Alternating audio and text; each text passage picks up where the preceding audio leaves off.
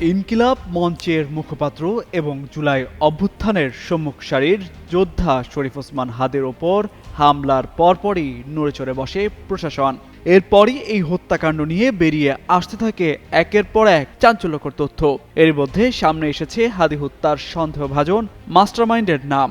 হত্যার নেপথ্যে ঢাকার কেরানীগঞ্জ উপজেলার সাবেক চেয়ারম্যান শাহিন আহমেদ ওরফে শাহিন চেয়ারম্যানের নাম উঠে এসেছে গোয়েন্দার প্রতিবেদনে। কিলিং মিশন বাস্তবায়নের অর্থ এবং অস্ত্রের যোগানদাতা ছিলেন তিনি নিজেই।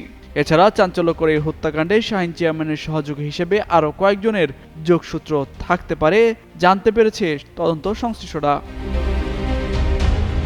গোয়েন্দা সংস্থার দায়িত্বশীল একটি সূত্র জানায়, শাহিন চেয়ারম্যান ছাড়াও হত্যাকাণ্ডের সঙ্গে জড়িত সন্দেহে নিষিদ্ধ ঘোষিত সংগঠন গোপালগঞ্জ জেলা ছাত্রলীগের সাবেক সভাপতি আব্দুল হামিদকে হন্যে হয়ে খুঁজছে পুলিশ।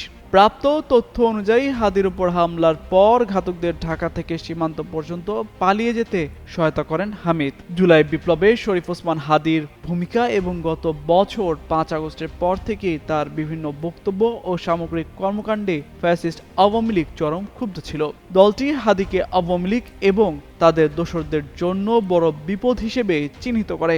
এরপরই হিটলিস্টের প্রথম টার্গেট হিসেবে হাদিকে হত্যার ছক কষা হয়।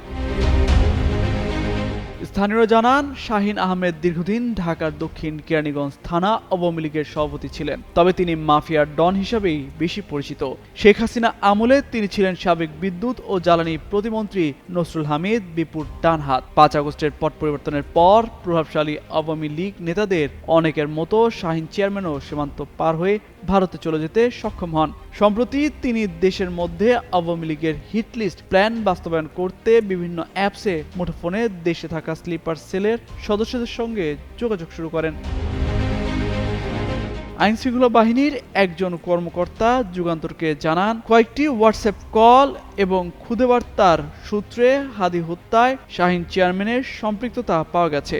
ঘটনার আগে এবং পরে কিলারদের সঙ্গে পলাতক ছাত্রলীগ নেতা হামিদের একাধিকবার যোগাযোগ করার প্রমাণও মিলছে। শরীফ ওসমান হাদি হত্যা মামলার তদন্ত প্রসঙ্গে জানতে চাইলে ঢাকা মহানগর পুলিশের অতিরিক্ত কমিশনার শফিকুল ইসলাম শুক্রবার রাতে জানান, সর্বোচ্চ গুরুত্ব দিয়ে মামলাটি তদন্ত করা হচ্ছে। খুব শিগগিরই এই ঘটনার মাস্টারমাইন্ড সহ পরিকল্পনাকারীদের সবার নামই জানা সম্ভব হবে। তামজিদ মির্জা, যুগান্তর নিউজ।